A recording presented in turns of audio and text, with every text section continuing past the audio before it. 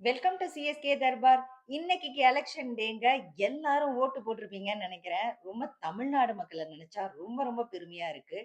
85% மக்கள் வந்து ஓட்டு போட்டிருக்காங்க.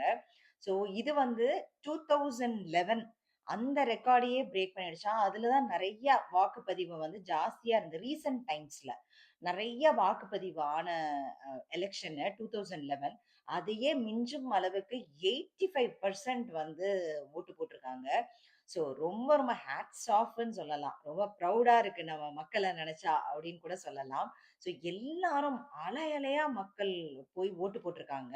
ஸோ இது வந்து என்ன சொல்றது? ரீசன்ட் டைம்ஸ்ல ஹையஸ்ட் டர்ன் அவுட் ஆன எல அ வாக்குன்னு வச்சுக்கோங்களேன். எல்லா யங்ஸ்டர்ஸ்லேருந்து எல்லாருமே வெளியூர்லேருந்தெல்லாம், வெளிநாட்டிலேருந்தெல்லாம் இதுக்குன்னு டிக்கெட் புக் பண்ணி எல்லாரும் போயிருக்காங்க. ஸோ அந்த அளவுக்கு டர்ன் அவுட் ஆயிருக்கு. ஸோ நீங்க யார் வந்து ஜெயிப்பாங்க அப்படின்னு நினைக்கிறீங்க? டிஎம்கேவா, ஏடிஎம்கேவா, டிவிகேவா அண்ட் என்டிகேவா அப்படிங்கிறத கமெண்ட்ல பதிவு பண்ணுங்க. இத தவிர நெறைய ஆக்டர்ஸ் அண்ட் ஆக்ட்ரஸ் எல்லாம் வேற ஓட்டு பதிவு பண்ணாங்க.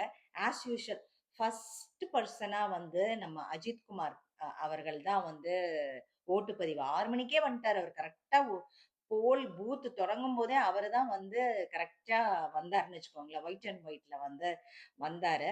அவர் வந்து அவர் எதையோ இன்டர்வியூ எல்லாரும் கேட்டிருக்காங்க. "அரசியல்ல மாற்றம் வருமா சார்?" அப்படின்னு கேட்டிருக்காங்க. இவரு வந்து ஏதோ ஒரு கமெண்ட்ட சொல்லப்போக, அது "நோ நீட்" அப்படின்னு சொல்லியிருக்காரு. அதாவது இவரு என்னத்துக்கு நோ நீட்? மாற்றம் வேண்டாம்ங்கிறதுக்கு நோ நீட்ன்னு சொன்னாரா? இல்ல இன்டர்வியூ நோ நீடுன்னு சொன்னாரா? அப்படிங்கிறது தெரியல.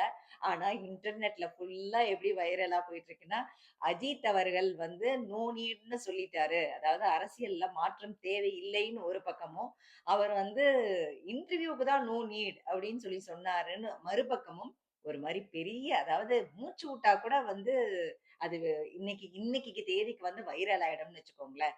அந்த மாதிரி ஒரு இது போச்சு. நீங்க என்ன நினைக்கிறீங்க? அவரு என்ன சொல்லியிருப்பாருன்னு நினைக்கிறீங்க? அப்படிங்கிறதையும் கமெண்ட்ல பதிவு பண்ணுங்க. ஸோ இது ஒரு புறம் இருக்க. நெறைய பேர்த்துக்கு வந்து 85% ஆல்ரெடி பயங்கர ஹியூஜ் எண்ணிக்கை. அத தவிர நெறைய பேருக்கு வந்து பஸ்ஸு வந்து சரியா கிடைக்காம, அடுத்தடுத்து அவங்களால வாக்குப்பதிவு பண்ண வர முடியல டயத்துக்கு அப்படின்னு சொல்லிட்டு, தாவேகா தலைவர் விஜய் அவர்களும் வந்து 8 மணி வரைக்கும் எக்ஸ்டெண்ட் பண்ணுங்க அப்படின்னு ரிக்வெஸ்ட் குடுத்திருந்தாரு. பட் ஆனா 6 மணி வரைக்கும் யூசுவலா நீங்க 6 மணிக்குள்ள அந்த இடத்துக்கு போயிட்டீங்கன்னா, ஆ நீங்க அவங்க ஒரு டோக்கன் மாதிரி குடுத்தாங்க. அவங்க நீங்க முடியிற வரைக்கும் இருந்து வோட் பண்ணிட்டு வரலாம். ஸோ அது அது அந்த பிரச்சனைகள் எல்லாம் போச்சு. இத தவிர ரஜினிகாந்த் அவர்கள், கமலஹாசன் அவர்கள், அதுக்கப்புறம் நம்ம தவேகா விஜய் அவர்கள், ஸ்டாலின் அவர்கள், எடப்பாடி அவர்கள், சீமான் அவர்கள் எல்லாருடைய ஓட்டு பதிவையும் பார்க்க முடிஞ்சது. நம்ம ஆக்ட்ரஸ்லேருந்து மெயினா நோட்டபிளா சொல்லணும்னா சிம்பு அவர்கள், அப்புறம் அஜித் குமார், சூர்யா, ஜோதிகா வந்திருந்தாங்க. சிவகார்த்திகேயன் அவர்கள், ஆ எல்லாருமே ஆல்மோஸ்ட் எல்லாருமே வந்திருந்தாங்கன்னு வச்சுக்கோங்களேன். எல்லாருமே அவங்களோட ஓட்டுப்பதிவ பண்ணியிருந்தாங்க. அ எல்லார்ட்டயும் அவங்கள்ட்ட ஆஸ் யூசுவல் நெறைய அந் ஒவ்வொரு அந்த தொகுதியில யார் யார் செலிபிரிட்டீஸ் எல்லாம் போறாங்களோ, அங்கெல்லாம் அவ்வளவு கூட்டம் இருந்தது. ஏன்னா மக்கள்லாம் வந்து நடக்கவே விடல. இதுல வேற யாரோ ஒருத்தவங்க செல்ஃபோன வேற தவற வேற விட்டுட்டாங்க. அப்போ தாவேகா தலைவர் விஜய் அவர்கள் வந்து அந்த செல்ஃபோன எடுத்து அந்த பெர்சன்ட்ட குடுத்தாங்க. ஸோ அதுவும் வைரல் ஆயிட்டு இருந்தது.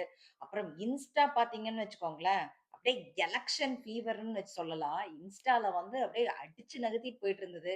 விஜய் ஃபேன்ஸ் எல்லாம் வந்து அவங்க எல்லாரும் வந்து எவ்வளவு தூரம் ஷேர் பண்ண முடியுமோ ஸ்டோரீஸ் ஷேர் பண்ணி எல்லாரோட இன்ஸ்டாகிராம்லயும் பார்க்க முடிஞ்சது. நான் வோட் பண்ணிட்டேன், நான் வோட் பண்ணிட்டேன்னு சொல்லிட்டு அவங்களோட ஒரு ஸ்டோரி மட்டுமே ஆல்மோஸ்ட் 800,000லாம் தாண்டி போன மாதிரி எல்லாம் பார்த்தேன் நான் இன்ஸ்டாகிராம்ல. ஸோ அதையும் பார்க்க முடிஞ்சது. விஜய் அலை அப்படிங்கிற மாதிரியும் பார்க்க முடிஞ்சது. So on top of it நம்ம எக்ஸிஸ்டிங் நான் நான் எங்களோட ஃப்ரெண்ட்ஸ் அதாவது காலேஜ் குரூப்லயே வந்து எல்லாருமே எல்லாத்துக்கும் சப்போர்ட் பண்ற மாரி இருந்தது. ஒரு ஒரு சில பேர் வந்து டிஎம்கேக்கு சார்பா, நெறைய பேர் வந்து டிஎம்கேலேருந்து டிவிகேக்கு சார்பாக, அதுக்கப்புறம் என்ன டிஎம்கே, ஏடிஎம்கே அவங்களுக்கெல்லாம் ஓட் போட்டுட்டு இருந்தவங்க, ஒரு மாற்றம் தேவைன்னு டிவிகேக்கு போனதையும் பார்க்க முடிஞ்சது. என்டிகேல என்டிகேல இருக்கிறவங்க அப்படியே வந்து ஸ்டிக் பண்ண முடிஞ்சதையும் பார்க்க முடிஞ்சது. ஸோ நீங்க யாருக்கு சப்போர்ட் பண்றீங்க? யார் வின் பண்ணுவாங்கன்னு நீங்க நினைக்கிறீங்க? ஆல்மோஸ்ட் இது வந்து ஹியூஜ் வரலாறு காணாத அளவுக்கு கூட்டம். ஏன்னா நம்ப எம்ஜிஆர் அவர்கள் வரும்போது இந்த அளவுக்கு கூட்டத்த பார்க்க முடிஞ்சதுன்னு சொல்லுவாங்க. பட் ஆனா அந்த சமயத்துல அது பயங்கரமான ஒரு பெர்சன்டேஜ். ஸோ இந்த தடவையும் வந்து அவ்ளோ அளவுக்கு அதிகமா கூட்டம் வந்திருக்கு. ஸோ இன்ட்ரஸ்டிங்கா இருக்கு.